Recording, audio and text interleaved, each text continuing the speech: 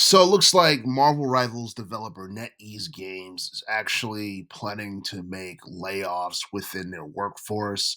And the reason why I'm a bit startled by this is because I've been hearing people talk about Marvel Rivals for the past couple of months and how great it is and how fun and how addictive it is. And honestly, like the game has made a lot of money within a couple of months. And because of that, it's kind of baffling as to why, they're making layoffs because normally video game companies make layoffs when like a newly released game like flops and they lose millions of dollars. And in that in that sense, it's understandable. But with Marvel Rivals, it's a bit different because the first month that the game came out, which was back in December, um, it had done like 136 million, and it did like 36 million dollars in China alone. And I read somewhere that Marvel Rivals had passed like 40 million players, and NetEase had reported that the game had earned revenue of at least 2.9 billion. And if that's the case, then why would they be laying off anyone? Maybe, I don't know, maybe they have long-term plans that involves restructuring their company because that's something that companies have been doing regardless of whether or not their games have been doing well. But I've been saying, for quite some time that the trend of video game developers laying off their workforce is something that's going to continue for the next couple of years or so. And you look at all these video game developers over the past couple of years that have laid off a certain percentage of their workforce, whether it be Electronic Arts, Epic Games, Take Two Interactive, Riot Games, Blizzard, Square Enix. And with Square Enix is understandable because their games have been flopping for the most part. Nobody's really giving a damn. They've lost millions of dollars. Hell, whether it be Warner Brothers. I mean, Warner Brothers has had it so bad to a point where they consider shutting down their gaming studio because none of their video games really click with the general public.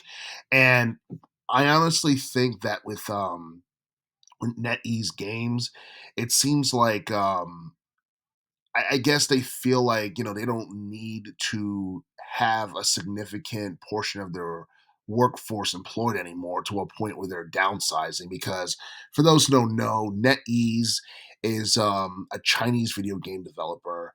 And I think they had cut like a bunch of jobs in America. And that's understandably so because the economy is rough right now. And honestly, like, you have to do everything you can to, I guess, to like, save money and be more cost effective. And that's something that I totally understand.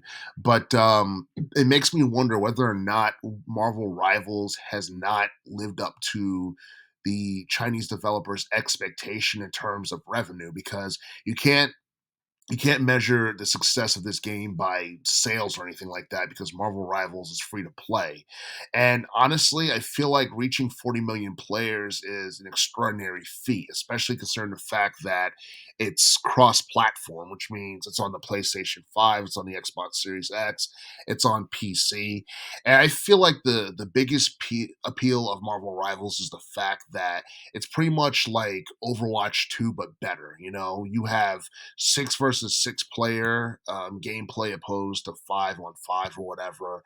And it's basically like the same like gameplay but better graphics, and you have larger than life superhero characters in Marvel Rivals. So I feel like that's a huge part of the game's overall appeal. But the thing is, we have no idea how long the appeal is going to last because we have a couple of high profile video games coming out in 2025, and it could get to the point where some of the spotlight and some of the shine is taken off of Marvel Rivals as time goes by. But like every like video game has its peak period, and then over time it eventually just like goes downhill and whatever.